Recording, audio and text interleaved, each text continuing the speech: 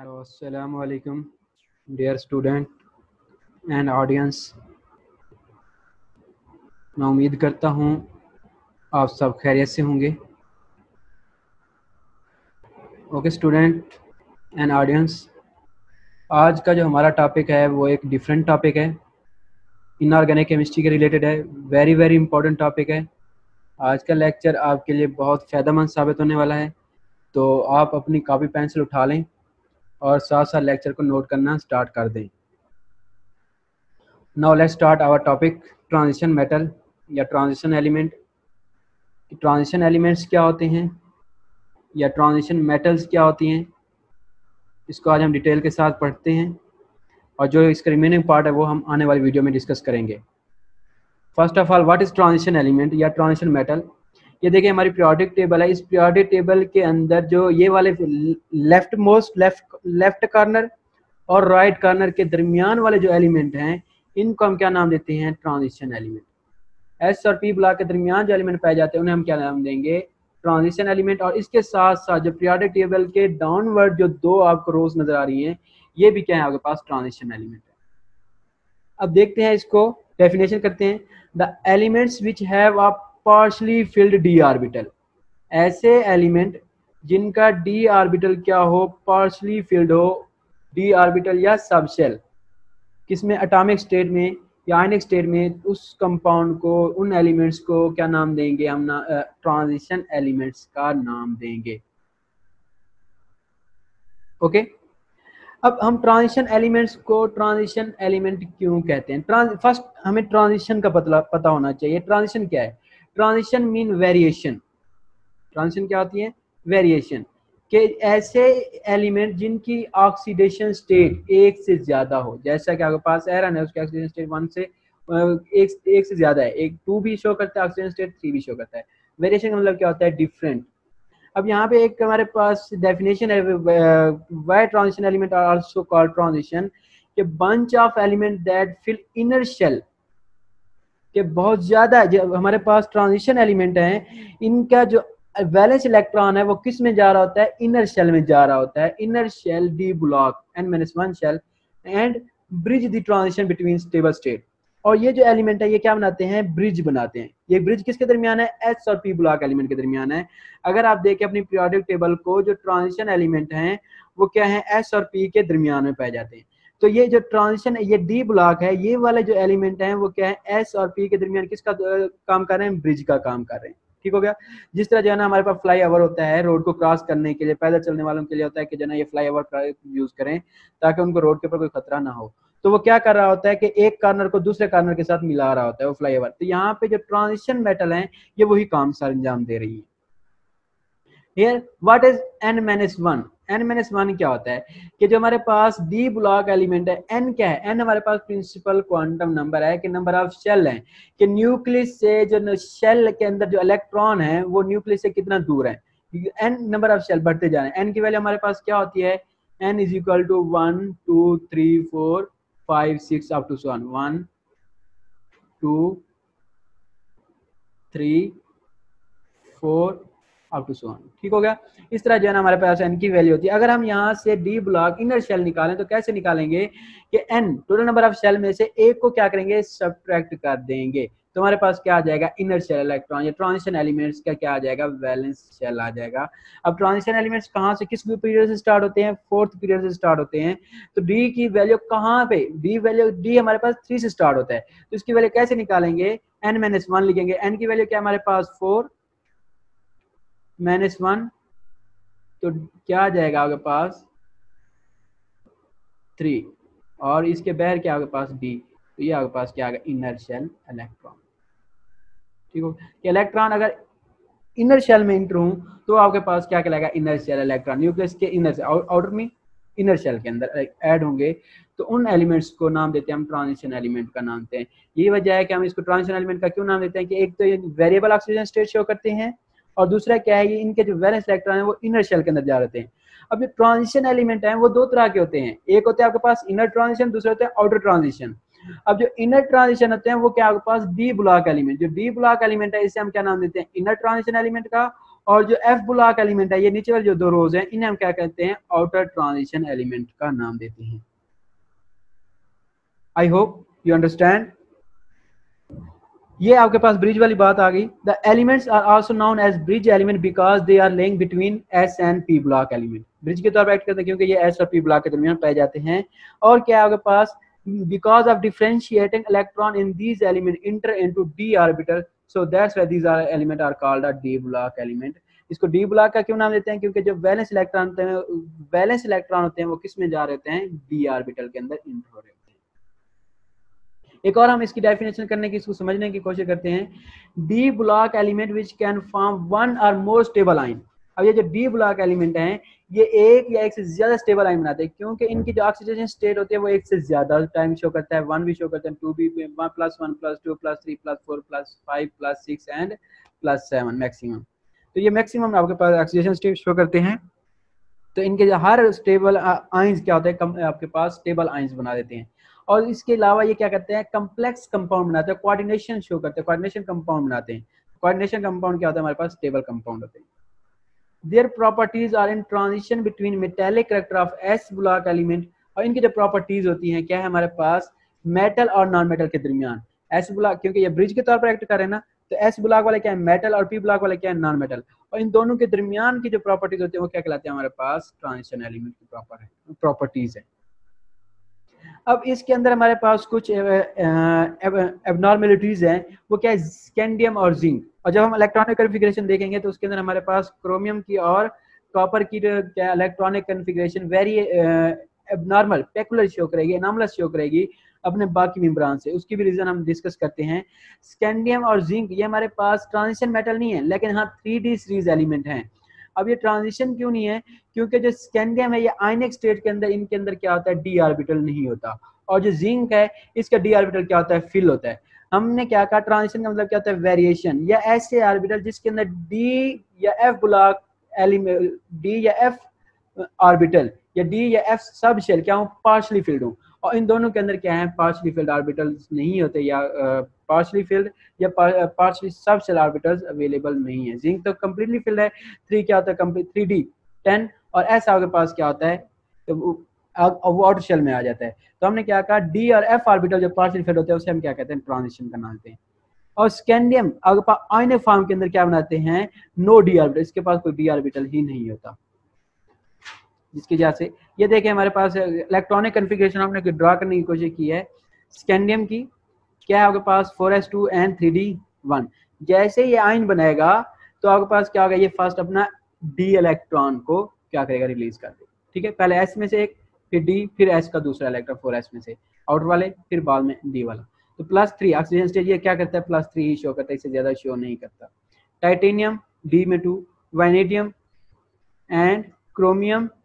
Chromium में देखें यहाँ पे आपके पास अब एस में 2 होने के बजाय क्या, एक इलेक्ट्रॉन है। डी क्योंकि इनर शेल है तो इलेक्ट्रॉन आउटर शेल में जाने के बजाय पहले किस में जाएंगे, इनर शेल में जाएंगे। Electron first lowest energy orbital में जाएंगे, उसके बाद हाईएस्ट एनर्जी ऑर्बिटल में जाएंगे। अगर आपको पता हो फर्स्ट ईयर का जो हमने पढ़ा था, हॉर्न्स रूल पढ़ा था, पॉली एक्सक्लूजन प्रिंसिपल पढ़ा था, उसके मुताबिक हमने इलेक्ट्रॉन को कैसे अरेंज करते हैं, या N+L रूल आपने डिस्कस किया था। ओके, मैग्नीज फिर एस में 2 अप टू 1। अब देखें कॉपर के केस के अंदर वही आपके पास पेकुलर बिहेवियर है जो क्रोमियम के केस में है। उसकी रीजन क्या है, यहाँ पे जो डी ऑर्बिटल है, हाफ फिल्ड डी ऑर्बिटल ज्यादा स्टेबल होता है as compare to a partially filled. और यहाँ पे कॉपर में क्या है, कंप्लीटली फिल्ड हो गया है, जिसकी वजह से यहाँ पे आपके पास ये ज्यादा स्टेबल है। और एस क्या आउटर ऑर्बिटल, अब इनकमिंग इलेक्ट्रॉन जिंक के केस में एस भी क्या हो जाएगा, कंप्लीट हो जाएगा। ये कुछ आयन है एलिमेंट्स, उनके इलेक्ट्रॉनिक कन्फिगरेशन है। क्रोमियम +3 की स्टेट में क्या करेगा, आपके पास एस के दोनों इलेक्ट्रॉन रिलीज करेगा। क्रोमियम के ऑक्सीडेशन स्टेट देखें, chromium +3 3d 3n 4s 0। Chromium एक एस का और 2 डी के +3 के केस में। और ये आपके पास डी में क्या आ जाएंगे, आपके पास पीछे 3 इलेक्ट्रॉन रह जाएंगे। मैग्नीज +2, जब मैग्नीज +2 शो करता है तो इसका ऑक्सीडेशन स्टेट शो देखें, मैग्नीज हेयर इसने एस के दोनों इलेक्ट्रॉन रिलीज किए। ठीक है, पहले आउटर शेल के अंदर जो है ना, जिनको इलेक्ट्रॉन ऐसे इलेक्ट्रॉन जिसका न्यूक्लियस के साथ अट्रैक्शन क्या हो, लेस हो, उनको निकालना आसान है, उनके लिए उनकी आयोनाइजेशन एनर्जी क्या होती है, लेस होती है +2 की फॉर्म में। और ये आपके पास +5 की फॉर्म में भी एग्जिस्ट करता है, ये +7 की फॉर्म में भी एग्जिस्ट करता है। एरन की देखें, एरन +2 में भी है और एरन +3 में भी है। एस वाले अगर दोनों इलेक्ट्रॉन रिलीज होंगे तो +2, अगर डी में से भी एक इलेक्ट्रॉन रिलीज कर दें, अब डी क्या होगा, हाफ फील्ड होगा, ये ज्यादा स्टेबल है, तो इसकी +3 ऑक्सीडेशन स्टेट होगी। अब एक इसके अंदर हमारे पास ट्रांजिशन एलिमेंट के अंदर एक और चीज आती है कि दो तरह के ट्रांजिशन एलिमेंट होते हैं, टिपिकल और non typical transition element. Typical transition elements कौन से होते हैं, which the element which show typical properties of transition, ऐसे एलिमेंट जो ट्रांजिशन वाली प्रॉपर्टीज को शो करें, ट्रांजिशन एलिमेंट की प्रॉपर्टी को शो करते हैं, उसे हम क्या नाम देते हैं, टिपिकल ट्रांजिशन एलिमेंट का नाम देते हैं। अब हमने कहा था कि हमारे पास जिंक, कैडमियम और ये इसके अंदर जो सेकंड भी है और जो थर्ड भी है, ये वाले जो ऐसे ग्रुप, ये जो ग्रुप के एलिमेंट हैं, ये टिपिकल प्रॉपर्टी शो नहीं करते। ठीक हो गया। उसकी रीजन क्या है, जो सेकंड भी है इसका डी ऑर्बिटल कंप्लीट है, और जो थर्ड भी है ये आयनिक फॉर्म के अंदर क्या है, इनके पास डी ऑर्बिटल अवेलेबल ही नहीं होता। ग्रुप सेकंड भी एलिमेंट विच इंक्लूड, उसमें जिंक है, कैडमियम है और मरकरी है, these element do not have a partially field d orbital, क्योंकि इनके पास पार्शियली फिल्ड डी ऑर्बिटल नहीं है, तो इस वजह से ये क्या आपके पास ट्रांजिशन टिपिकल ट्रांजिशन एलिमेंट नहीं है, बल्कि ये नॉन टिपिकल ट्रांजिशन एलिमेंट है। Moreover these element do not show typical properties of transition element except, हाँ टिपिकल प्रॉपर्टीज शो करेंगे ट्रांजिशन एलिमेंट की जब ये कम्प्लेक्स बनाएंगे, जैसे कि जिंक के आपके पास जिंक अमोनिया के जिंक हाइड्रेट्स के आपके पास कम्प्लेक्स कोऑर्डिनेशन कंपाउंड बनाएंगे, जिंक आपके पास कैडमियम हो गया, जिंक आपके पास, मैं यहाँ पे कम्प्लेक्स बनाते हैं, देखते हैं, जिंक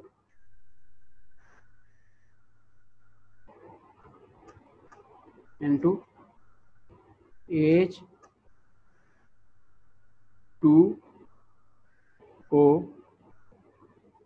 होल की ऑक्सीडेशन स्टेट क्या है आपके पास, +2। इट्स मीन जिंक ने अपने 2 इलेक्ट्रॉन क्या किए हुए, रिलीज किए हुए, और वाटर क्या आपके पास न्यूट्रल है, तो आपके पास ये जो कम्प्लेक्स बन गया है। ठीक हो, तो यहाँ पे ये जो है ना क्या प्रॉपर्टी शो कर रहा है, टिपिकल ट्रांजिशन एलिमेंट की प्रॉपर्टी शो कर रहा है। ठीक है, या आपके पास इसी तरह जिंक, यहाँ पे देख लेते हैं, जिंक +3 का लेते हैं। ठीक हो गया, तो इसने एस वाले 2 इलेक्ट्रॉन डी, अब डी क्या आपके पास पार्शियली फिल्ड हो गया। ओके, सिमिलरली थर्ड बी के जो ग्रुप के एलिमेंट है, स्कैंडियम हो गया, यट्रियम हो गया और लेंथनम हो गया, they are transition element as they have a 1 electron in d orbital, ये भी ट्रांजिशन है, लेकिन इनके एक डी ऑर्बिटल में क्या एक इलेक्ट्रॉन है और पार्शियली फिल्ड है। तो अब जैसे ही इसने आयनिक फॉर्म में गया, अपने इलेक्ट्रॉन रिलीज किया, डी ऑर्बिटल क्या हो गया, एम्प्टी हो गया, डी ऑर्बिटल खत्म हो जाएगा, तो इसका जो ट्रांजिशन बिहेवियर है वो क्या हो जाएगा, फिनिश हो जाएगा। These elements do not show typical properties of transition element. These mostly exist as a, क्योंकि ये ज्यादातर जो है आपके पास जो पाए जाते हैं वो क्या है, try positive ion in this state, the D orbital क्या हो गया, एम्प्टी हो गया। नेक्स्ट हमारे पास है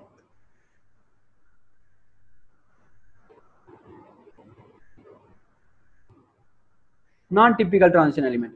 नॉन टिपिकल कौन से होते हैं, element which do not show typical properties, जो टिपिकल प्रॉपर्टी शो नहीं करते। ठीक है, जो एनॉमलस बिहेवियर शो करते हैं ट्रांजिशन एलिमेंट से, एलिमेंट ऑफ ग्रुप सेकंड भी और थर्ड भी, ये क्या है आपके पास, टिपिकल नॉन टिपिकल एलिमेंट है, क्योंकि इनका जो डी ऑर्बिटल है वो तो थर्ड बी के केस के अंदर जब आयनिक फॉर्म में होता है, क्योंकि थर्ड बी के जितने एलिमेंट है वो मोस्टली एग्जिस्ट करते हैं आयनिक फॉर्म के अंदर, फिनिश हो जाता है, और सेकंड बी में डी ऑर्बिटल कंप्लीट होता है। एक चीज आप हमारे पास कुनेज मैटर, व्हाट इज कुनेज, कुनेज क्या होता है, हमारे पास धातें, ये जो आपके पास यूएसबी की यूपीएस की जो बैटरीज होती हैं, उनके जो टर्मिनल होते हैं वो क्या होता है आपके पास कुनेज मेटल्स के। इसके अलावा उसके अंदर जो प्लेटें बनी हुई होती हैं वो भी क्या होता है आपके पास कुनेज मेटल्स हैं। और इसके अलावा जो आपके पास जो घरेलू वायर्स आ रही हैं, इलेक्ट्रिक वायर, वो भी क्या है उसके अंदर कुनेज मेटल्स है। ठीक है, इसके अलावा आपके पास जो वॉच सेल होता है वो भी क्या है, उसके अंदर भी एक सिक्का होता है, धात होती है, जिसे हम कुनेज मेटल का नाम देते हैं। कॉपर, सिल्वर एंड गोल्ड, ये क्या आपके पास कौन सा बिहेवियर शो करते हैं, आयनिक फॉर्म में ट्रांजिशन बिहेवियर शो करते हैं, टिपिकल बिहेवियर शो करते हैं। किस केस के अंदर, कॉपर +2 में, डी के अंदर क्या है 3d9, सिल्वर +2 के केस में 4d9 और गोल्ड +3 के केस में 5d8। अब यहाँ पे डी ऑर्बिटल क्या आपके पास पार्शियली फिल्ड है, so that's is a typical transition element. Properties of a transition element, transition elements की कुछ प्रॉपर्टीज हैं, इनकी फिजिकल और केमिकल प्रॉपर्टीज क्या होती हैं, एक दूसरे से मिलती जुलती होती हैं। उसकी रीजन क्या है, सिमिलर इलेक्ट्रॉनिक कॉन्फ़िगरेशन, क्योंकि जब वैलेंस इलेक्ट्रॉन होता है वो एक ही शेल में जा रहा है। पीरियड की बात कर रहा हूँ, एवरी पीरियड के लिए आप इनकी प्रॉपर्टी चेंज होगी, लेकिन एक पीरियड के अंदर जितने भी ट्रांजिशन एलिमेंट है उनकी प्रॉपर्टीज क्या होती हैं, एक दूसरे से मिलती हैं। उसकी रीजन क्या है, electronic configuration. They are all metal, ये सारे क्या होते हैं, मेटल होते हैं। और ये इनका कुछ इंपॉर्टेंट यूज है किसके अंदर, इंडस्ट्री के अंदर। जैसा कि आपके पास हम क्रोमियम को यूज करते हैं, ठीक हो गया, निकल को यूज करते हैं, और इसके अलावा टाइटेनियम को यूज करते हैं, क्रोमियम, मोलिब्डियम, जिरकोनियम, नुबेडियम और थोरियम। ये सारे मेटल्स हैं जिसको हम क्या करते हैं, इंडस्ट्रियल प्रोसेस में यूज करते हैं।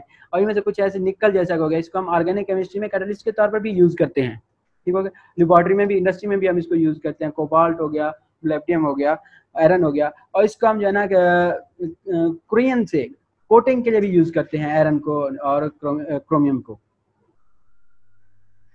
उसके बाद क्या है, दे have a high melting and boiling point. इनके मेल्टिंग और बॉइलिंग पॉइंट क्या होते हैं, ज्यादा होते हैं। वो क्यों, ऐसा क्यों है, हम डिटेल में डिस्कस करते हैं। हाई डेंसिटी शो करते हैं, हाई मेटेलिक कैरेक्टर शो करते हैं। हाई मेटेलिक कैरेक्टर क्यों शो करते हैं, इनके अंदर ज्यादा मैक्सिमम नंबर ऑफ इलेक्ट्रॉन है, डी ऑर्बिटल के अंदर मैक्सिमम नंबर ऑफ इलेक्ट्रॉन होते हैं। हैव वेरिएबल ऑक्सीडेशन स्टेट, इनकी ऑक्सीडेशन स्टेट क्या होती है, वेरिएबल होती है। और ये क्या आपके पास कंप्लेक्स बनाते हैं, transition elements complex coordination compound बनाते हैं, ठीक हो गया।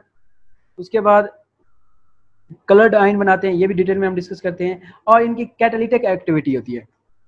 ये जो कम्प्लेक्स होते हैं, जैसे कि आपके पास आयरन है, निकल है, कॉपर है, ये किसके तौर पर, कैटलिस्ट के तौर पर यूज करते हैं। इनके कम्प्लेक्स को भी हम लेबोरेटरी में, केमिस्ट्री लैब में कैटलिस्ट के तौर पर यूज करते हैं।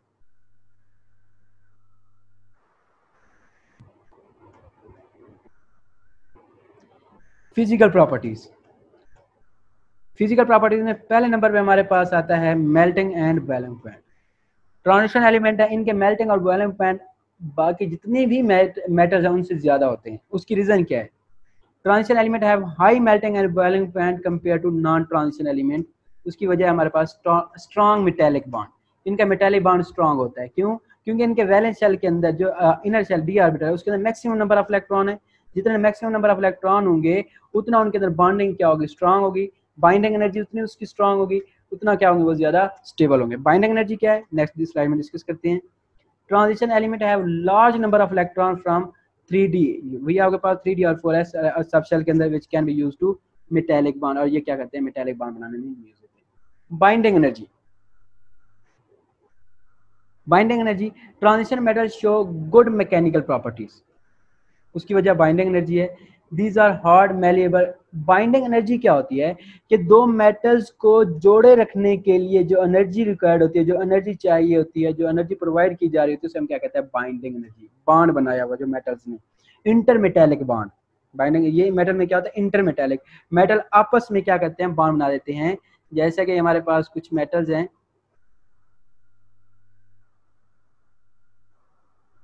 That's one of metals and have free electron, ठीक है। अब ये मेटल आपस में क्या करते हैं, बॉन्ड बना देते हैं, ठीक होगा।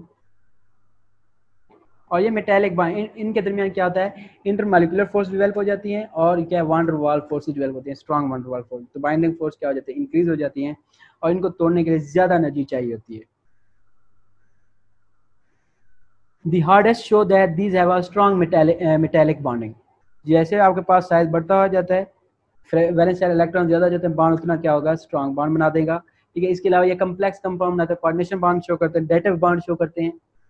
It is because s electron of outer shell as well as d electron of inner shell, क्योंकि बॉन्डिंग के अंदर एस ऑर्बिटल हुई आउटर शेल वाला, और इनर शेल डी ऑर्बिटल के इलेक्ट्रॉन दोनों क्या कर रहे होते हैं, बॉन्डिंग में पार्टिसिपेट कर रहे होते हैं। In transition series binding force left to right increase होती है, कहाँ तक, मिडल तक। उसके बाद फिर क्या हो जाता, स्टार्ट हो जाती है, डिक्रीज होना स्टार्ट हो जाती है। उसकी रीजन क्या है, लेफ्ट टू राइट हमारे पास पार्शियली फिल्ड ऑर्बिटल क्या होते हैं, बढ़ते जाते हैं। जितना पार्शियल फिल्ड ऑर्बिटल ज्यादा होंगे उतना बॉन्ड क्या होगा, स्ट्रांग होगा। तो सबसे ज्यादा बाइंडिंग फोर्स किसकी होती है, आयरन और मैंगनीज की।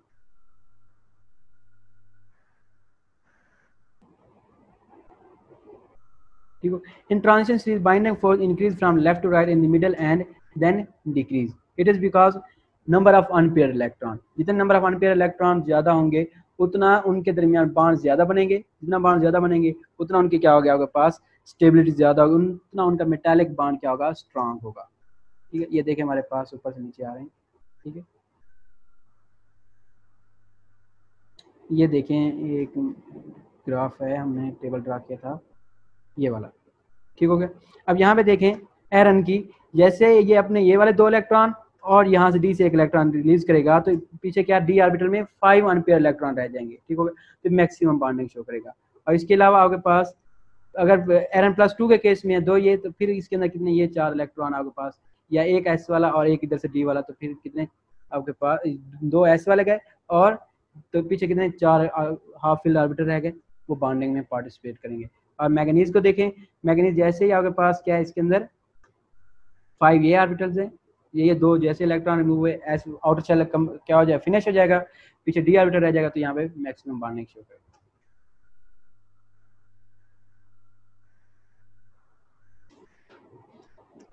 नेक्स्ट है हमारे पास बाइंडिंग एनर्जी, और जब लेफ्ट राइट जाते हैं तो बाइंडिंग एनर्जी डिक्रीज होती है और आखिर में जो जिंक के ऊपर 0 हो जाती है, क्योंकि उसके अंदर डी ऑर्बिटल अवेलेबल ही नहीं है, डी ऑर्बिटल क्या है, कंप्लीट फिल हो गया। Therefore, binding is stronger up to group 6th B and weaken progressively up to 2nd B. First transition series, the general increase in binding energy and rate of vanadium. This is due to change in the metallic structure. ठीक है, metallic structure क्या हो जाती है, हमारे पास change हो जाती है। In third transition series, binding force increase up to tungsten due to अब जो third transition series है, आपने periodic table के ऊपर जाएं देखें, ये देखें, ये हमारे पास थर्ड ट्रांजिशन सीरीज है। इस केस के अंदर ये फर्स्ट, सेकंड और थर्ड, इसमें जो है ना, जो अपने के पास बाइंडिंग एनर्जी है वो कहाँ पे, टंगस्टन तक बढ़ेगी, क्योंकि इसके अंदर शेल और बढ़ गया है, बहुत ज्यादा हो गया। ये हमारे पास कुछ प्रॉपर्टीज हैं, एलिमेंट्स हैं, प्रोटॉन नंबर है हमारे पास, ठीक है, और इनका कंपैरिजन है। देखें ऊपर से नीचे प्रोटॉन नंबर क्या होता है, जरा आपके पास बढ़ता जा रहा है, एटॉमिक रेडियस आपके पास क्या हो रही है, डिक्रीज होती जा रही है। अच्छा, इसके अंदर एक और चीज आपको पता होना चाहिए, एक हमारे पास टर्म होती है डी ब्लॉक कंट्रैक्शन, ठीक हो गया, या डी ऑर्बिटल कंस्ट्रक्शन। आपके पास डी ऑर्बिटल के अंदर जो या length night contraction, actinide contraction, D orbital contraction, ये क्या होती है कि साइज इनका क्या होता है, रिड्यूस होता है। उसकी रीजन क्या है, जो डी ऑर्बिटल्स है ये लार्ज ऑर्बिटल होता है, ठीक हो गया, और इनके जो जितने हाफ फील्ड ऑर्बिटल जितने ज्यादा होंगे, इलेक्ट्रॉन एक दूसरे से दूर दूर होंगे, और शील्डिंग इफेक्ट इसके अंदर क्या होता है, कम हो जाता है, डिक्रीज हो जाता है, जिसकी वजह से न्यूक्लियस की जो अट्रैक्शन है वो वैलेंस शेल के ऊपर बढ़ जाती है, तो डी ऑर्बिटल क्या हो जाता है, रिड्यूस होना स्टार्ट हो जाता है। न्यूक्लियस क्योंकि स्ट्रांगली अट्रैक्ट कर रहा होता है वैलेंस इलेक्ट्रॉन को। आयोनाइजेशन एनर्जी देखें तो आपके पास ऊपर से नीचे क्या आ रही है, बढ़ रही है, ठीक हो गया, क्योंकि आपके पास साइज ऑफ एटम डिक्रीज हो रहा है। और मेल्टिंग और बॉइलिंग पॉइंट देखें, ऊपर से नीचे क्या हो रहे हैं, रिड्यूस हो रहे हैं, डेंसिटी ऊपर से नीचे इंक्रीज हो रही है।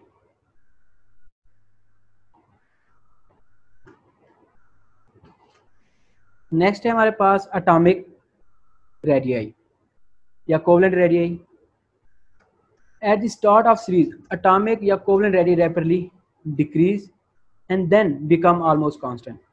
ये है आपके पास ऊपर से नीचे जैसे जैसे आते हैं, पहले क्या होता है डिक्रीज, फिर क्या होता है ऑलमोस्ट कांस्टेंट, फिर क्या होता है थोड़ा इंक्रीज होना स्टार्ट हो जाता है। ऐसा क्यों होता है? At the end of series covalent radii also slight increase.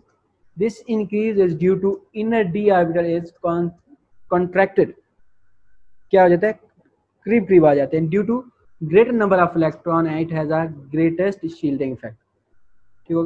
तो एंड में जो है ना थोड़ा बढ़ना स्टार्ट होता है, उसकी वजह क्या है, शील्डिंग इफेक्ट आ जाता है, शील्डिंग इफेक्ट बढ़ जाता है, इलेक्ट्रॉन की रिपल्शन होती है, जिसकी वजह से साइज ऑफ एन एटम बढ़ जाता है।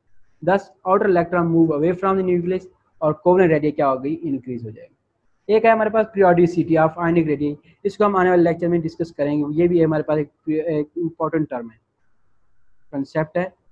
जो आपके पास डी ब्लॉक एलिमेंट है उसके अंदर जो एडिशनल इलेक्ट्रॉन होते हैं वो किस में जाते हैं, इनर शेल में जाते हैं, और जो एस और पी ब्लॉक है इनके आउटर इलेक्ट्रॉन एडिशनल इलेक्ट्रॉन किस में जाते हैं, आउटर शेल में, डी में इनर शेल, और आपके पास एस और पी ब्लॉक के एलिमेंट जो है उनमें आउटर शेल में इलेक्ट्रॉन जाएंगे। फर्स्ट आयोनाइजेशन एनर्जी, ये एक और हमारे पास फिजिकल प्रॉपर्टी है। There is a little change in first ionization energy of transition element from titanium to copper. This is, क्यों ऐसा है कि ज्यादा डिफरेंस नहीं है, बहुत कम डिफरेंस है। इसकी एनर्जी आपके पास जो अल्कलाइन अर्थ मेटल है उससे भी क्या होती है, उसको निकालना भी आपके पास इजी होता है। इनमें से इलेक्ट्रॉन निकालना क्या होता है, थोड़ा टफ होता है। उसकी रीजन क्या है, न्यूक्लियस की attraction. The atomic radius remain almost constant, atomic radius constant है। Attractive force on outer electron क्या हो जाएगी, कांस्टेंट हो जाएगी। और जैसे जैसे हम जब कांस्टेंट होगा ये बॉन्ड बढ़ जाएगा, शील्डिंग इफेक्ट कम हो जाएगा, जिसकी वजह से न्यूक्लियस में से इलेक्ट्रॉन निकालना थोड़ा डिफिकल्ट हो जाएगा।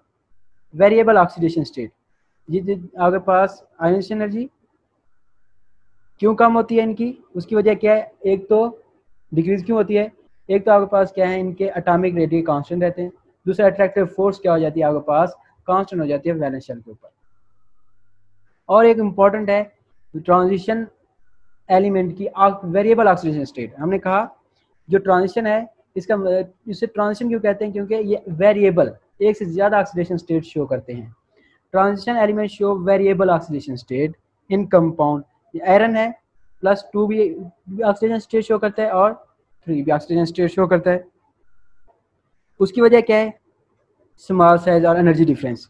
किसके दरमियान, 3d और 4s ऑर्बिटल के दरमियान, इनके दरमियान ज्यादा एनर्जी डिफरेंस नहीं होता, जिसकी वजह से वैलेंस शेल में से इनर शेल में से इलेक्ट्रॉन को निकालना ईजी है। The variable oxidation state due to small energy difference, energy difference क्या है, कम है। It is because d electron of inner d orbital are also involved in bonding in addition to outer s electron. Okay? क्योंकि हमारे पास यहाँ पे जो s और d orbital के दरमियान एनर्जी डिफरेंस कम है, और जो d orbital inner d orbital है वो भी क्या करता है, बॉन्डिंग में पार्टिसिपेट करना स्टार्ट कर देता है। ठीक हो गया, जिसकी वजह से आपके पास ये एक से ज्यादा ऑक्सीडेशन स्टेट शो करते हैं। Due to presence of large number of unpaired electron these can show variable valency. और डी ऑर्बिटल में क्या है, maximum number of unpaired electron होते हैं, जिसकी वजह से ये वेरिएबल ऑक्सीडेशन स्टेट शो करते हैं। ऑक्सीडेशन क्या होता है, oxidation mean apparent charge of an element. ठीक हो गया, कि किसी ऑक्सीडेशन स्टेट, और ऑक्सीडेशन क्या होता है, रिमूवल ऑफ इलेक्ट्रॉन, किसी एलिमेंट में से कितना ज्यादा मैक्सिमम नंबर ऑफ इलेक्ट्रॉन को आप रिमूव कर सकते हैं। All element of 3D series show a oxidation state +2, addition of higher oxidation state। +2 कब शो करते हैं, जब s ऑर्बिटल इन्वॉल्व होता है। s ऑर्बिटल जब इलेक्ट्रॉन निकालेंगे तो +2, जब d ऑर्बिटल में से इलेक्ट्रॉन रिमूव करेंगे तो फिर आपके पास +3 +4 +5 +6 एंड +7 तक जाएगा। For higher oxidation state d electron also become involved in bonding। ठीक है, जब हायर ऑक्सीडेशन स्टेट है तो इट्स मीन d ऑर्बिटल भी आप क्या कर रहा है, पार्टिसिपेट कर रहा है बॉन्डिंग के अंदर। First 5 elements show higher oxidation state when all their s and d electron are involved in bonding। After manganese oxidation state क्या होती है, डिक्रीज होती है। उसकी वजह क्या है, d ऑर्बिटल अब फिलअप होना स्टार्ट हो जाता है। जब d ऑर्बिटल फिलअप होना स्टार्ट हो जाएगा तो जिस तरह आपने डुप्लेट को देखा था, तो इसके d ऑर्बिटल के अंदर क्या है, d ऑर्बिटल के अंदर सब शेल हैं, कितने 5 sub shell, dxy dy dgx dx क्या है, dy स्क्वायर। ठीक हो गया, तो जैसे जैसे ये आपके पास सब शेल आपके पास कंप्लीट होना स्टार्ट हो जाएंगे तो उनमें से इलेक्ट्रॉन निकालना क्या होगा, थोड़ा टफ होगा, क्योंकि वो स्टेबिलिटी की तरफ चले जाएंगे। After manganese oxidation state decrease because d orbital fill up when electron and few unpaired electron are available. ये देखें, अब देखें स्कैंडियम से मैग्नीज तक मैक्सिमम ऑक्सीडेशन स्टेट कितनी, 7। मैग्नीज से जब आगे फॉरवर्ड जाते हैं जिंक के तो कितनी, +2 ऑक्सीडेशन स्टेट डिक्रीज होना स्टार्ट कर देता है। उसके बाद एक और हमारे पास ट्रांजिशन एलिमेंट की एक इंपॉर्टेंट प्रॉपर्टी है, वो क्या है, पैरामैग्नेटिज्म और डायामैग्नेटिज्म। पैरामैग्नेटिज्म हमने फर्स्ट ईयर में, आप छोटी क्लास में पढ़ा हुआ है।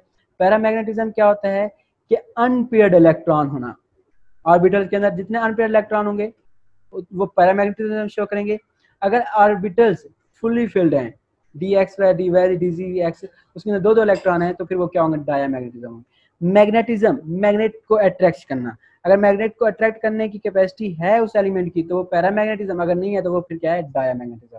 अगर नहीं है तो इट्स मीन उनके जो आपके पास इलेक्ट्रॉन थे सब शेल के अंदर वो पेयर्ड अप थे। Substance which are weakly attracted by strong magnetic field, ऐसे सब्सटेंस जो वीकली अट्रैक्ट करेंगे स्ट्रांग मैग्नेटिक फील्ड को, उसे हम क्या कहेंगे, paramagnetic substance. Substance which are weakly repelled by strong magnetic field, जो वीकली रिपेल्ड करें, जब पेयर अप इलेक्ट्रॉन होगा तो वो क्या करेंगे, मैग्नेटिक जैसे आएगा तो मैग्नेट को क्या करेंगे, वो रिपेल करेंगे, क्योंकि वो पेयर अप हुए हुए हैं, स्टेबल हो गए हैं, are called diamagnetic substance. Paramagnetic behaviour due to unpaired electron, ठीक हो गया। डी ऑर्बिटल के अंदर क्या हो, आपके पास अनपेयर्ड इलेक्ट्रॉन हो, जैसा कि यहाँ पे ये हम देख लेते हैं, ये देखें, ये आपके पास क्या अनपेयर्ड इलेक्ट्रॉन, जितने अनपेयर्ड, ये इसमें क्या पेयर है, ये क्या अनपेयर्ड इलेक्ट्रॉन। डी ऑर्बिटल में जैसे जैसे ये मैक्सिमम, ये आपके पास क्या है अनपेयर्ड इलेक्ट्रॉन है, ये पैरामैग्नेटिक मैक्सिमम, ये यहाँ पे भी। अब यहाँ पे क्या इलेक्ट्रॉन पेयर अपना स्टार्ट हो गए, अब यहाँ से क्या होगा, पैरामैग्नेटिक बिहेवियर कम होना स्टार्ट हो जाएगा और डायमैग्नेटिक में बिहेवियर बढ़ना स्टार्ट हो जाएगा। ठीक हो, ये हो जाए कि जिंक क्या है आपके पास डायमैग्नेटिक है, बिहेवियर शो करता है, क्रोमियम पैरामैग्नेटिक शो करता है और कॉपर भी पैरामैग्नेटिक बिहेवियर शो करता है।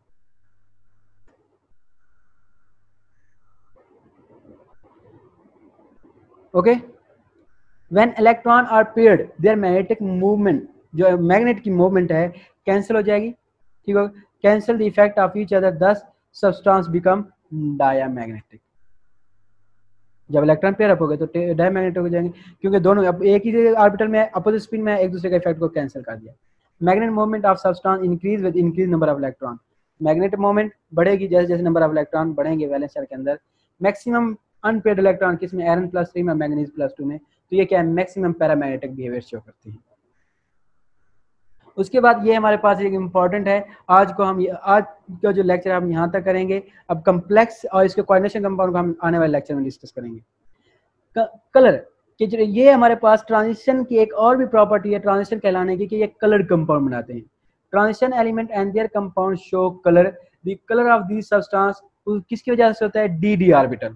जो डी ऑर्बिटल रहते हैं वो क्या करते हैं, हमारे पास डी ऑर्बिटल की ट्रांजिशन होती है और जो डी ऑर्बिटल है इनको हम डिफरेंट एनर्जी ऑर्बिटल में क्या करते हैं, सेपरेट आउट करते हैं। ये आपके पास डीजेनरेट ऑर्बिटल है, दो एनर्जी लेवल में, एक लोअर एनर्जी लेवल और एक होता है हमारे पास हायर एनर्जी लेवल। ठीक हो गया। अगर आपके पास कम्प्लेक्स है ऑक्टाहेड्रल, तो आपके पास जो लोअर एनर्जी ऑर्बिटल में होंगे वो क्या होगा, एक्स वाई एक्स जी और वाई जी, और जो एक्स स्क्वायर वाई स्क्वायर जी स्क्वायर ये क्या होंगे, हायर एनर्जी ऑर्बिटल होंगे। ठीक है, और इसके अंदर क्या होंगे, इलेक्ट्रॉन क्या करते हैं जब प्रमोट होते हैं लोअर एनर्जी ऑर्बिटल से हायर एनर्जी ऑर्बिटल की तरफ, तो ये क्या करते हैं, रेडिएशन को, कुछ रेडिएशन को इमिट करते हैं और कुछ को एब्जॉर्ब करते हैं। और जो इमिट होती हैं, जो रेडिएशन इमिट होती हैं और जो एब्जॉर्ब होने वाली हैं, तो उसके अपोजिट रेडिएशन वो क्या करते हैं कि रेडिएशन का कलर शो करवाते हैं। यहाँ पे हमारे पास एक एग्जांपल है, हम इसको देखते हैं। ड्यूरिंग बॉन्ड फॉर्मेशन, जब बॉन्ड बन रहा होता है, d orbital of transition element are split up into two set. जब आपके पास कोऑर्डिनेशन कंपाउंड बन रहा है तो डी ऑर्बिटल क्या है, दो एनर्जी लेवल में स्प्लिट हो जाएगा, एक लोअर एनर्जी ऑर्बिटल और एक है हमारे पास हायर एनर्जी ऑर्बिटल। जैसे ही आपके पास एनर्जी फॉल करेगी, जब हम क्या करेंगे, एनर्जी देंगे कि इसको, उस कम्प्लेक्स को थोड़ा हीट देंगे या लाइट फॉल करेगी, तो लोअर एनर्जी ऑर्बिटल क्या होंगे, जंप करेंगे कहाँ से, अपने लोअर ऑर्बिटल से हायर ऑर्बिटल की तरफ। तो उस ट्रांजिशन को हम क्या नाम देते हैं, डी ट्रांजिशन। और इस डी ट्रांजिशन से क्या होता है, जो एलिमेंट है, ट्रांजिशन एलिमेंट है, वो कलर शो करना स्टार्ट कर देंगे। When light fall on electron in lower set of energy level may absorb energy and it goes on higher energy set of d orbital. This is called dd transition. The energy difference between two set of d orbital vary. और ये energy difference किससे find करेंगे हम, Planck's equation से। Planck's equation क्या थी आपके पास, v is equal to frequency c speed of light and wavelength lambda. ठीक हो गया। ये एनर्जी डिफरेंस, इसकी मदद से हम क्या करेंगे, वेवलेंथ को फाइंड कर लेंगे। ठीक है, और जो वेवलेंथ आपके पास एब्जॉर्ब होंगी और जो इमिट होगी, तो उसके अपोजिट वेवलेंथ वाली जो आपके पास कलर होगा वो क्या होगा, आपके पास उस कम्प्लेक्स का कलर शो होना स्टार्ट हो जाएगा। Thus each ion absorb particular set of wavelength. Her ions जो कम्प्लेक्स का आयन है, जैसे कि यहाँ पे टेलेरियम, आपके पास टेलेरियम क्या कम्प्लेक्स है, टेलेरियम हेक्सा एक्वा, ये वाला जो कम्प्लेक्स है, अब यहाँ टेलेरियम एक मखसूस टाइप्स की क्या करेगा, लाइट को एब्जॉर्ब करेगा, बाकी को क्या कर देगा, इमिट कर देगा। Thus each ion absorb particular set of wavelength while transmit the remaining, खास लाइट को एब्जॉर्ब, बाकी जो लाइट है जो उसकी रेंज में नहीं आ रही उसको सारे को क्या कर देगा, इमिट कर ट्रांसमिट कर देगा remaining set of wavelength. Thus it give different colour to each other. For example tellurium hexa aqua, ये कम्प्लेक्स है, इस क्या करता है, ये येलो लाइट एब्जॉर्ब करता है। जब ये येलो लाइट एब्जॉर्ब करेगा तो इसका अपोजिट, आप कलर को देखें, कलर आपके पास स्पेक्ट्रम वाला लेक्चर उठाएं, उसमें देखें फर्स्ट ईयर का, तो उसके अंदर आपको मिल जाएंगे सारे कलर। तो येलो कलर का अपोजिट क्या है आपके पास? वायलेट। जब ये येलो कलर ऑब्जर्व करेगा तो ये कलर शो कौन सा करवाएगा? कलर वायलेट कलर क्या कराएगा? शो करवाएगा। और जो ये ट्रांसमिट कौन सी लाइट करेगा? ब्लू और रेड शिफ्ट वाली लाइट को क्या करेगा? ट्रांसमिट कर देगा। अगर ब्लू लाइट को ये इमिट करेगा तो ब्लू शिफ्ट, लार्जर वेवलेंथ वाली को रेड शिफ्ट कहते हैं, लोअर वेवलेंथ जो होती है उन्हें हम क्या कहते हैं? ब्लू शिफ्ट का नाम देते हैं। ये आपके पास ये देखें, सॉरी, ये देखें आपके पास लोअर एनर्जी ऑर्बिटल से इलेक्ट्रॉन क्या आ रहा है? जंप कर रहा है हायर एनर्जी ऑर्बिटल में। और ये क्या है आपके पास? ये स्पेक्ट्रम है जो नजर आ रहा है, जो एनर्जी। और ये हमारे पास कुछ ऑर्बिटल्स हैं, लोअर एनर्जी और हाई एनर्जी ऑर्बिटल। और आपके पास जब टेट्राहेड्रल कम्प्लेक्स होगा तो जो 2g ऑर्बिटल हैं, इस चीज को हमने पढ़ना है नेक्स्ट जो है ना, किसके अंदर? क्रिस्टल फील्ड थ्योरी के अंदर, लिंगर फील्ड स्प्लिटिंग थ्योरी के अंदर हम इनको डिटेल के साथ डिस्कस करेंगे। Distortion of a D orbital. Okay student, I hope आपको आज का लेक्चर समझ आया होगा। अगर किसी का कोई क्वेश्चन है, अगर समझ नहीं आई तो वो कमेंट्स बॉक्स में जाके कमेंट कर सकता है, आपको उसका आंसर किया जाएगा। बाकी इसके रिलेटेड जो है वो इंशाल्लाह हम आने वाले लेक्चर में डिस्कस करेंगे। इसके कम्प्लेक्स को भी, अभी इसकी कुछ प्रॉपर्टीज़ हैं वो रहती हैं, वो भी इंशाल्लाह हम डिस्कस करेंगे।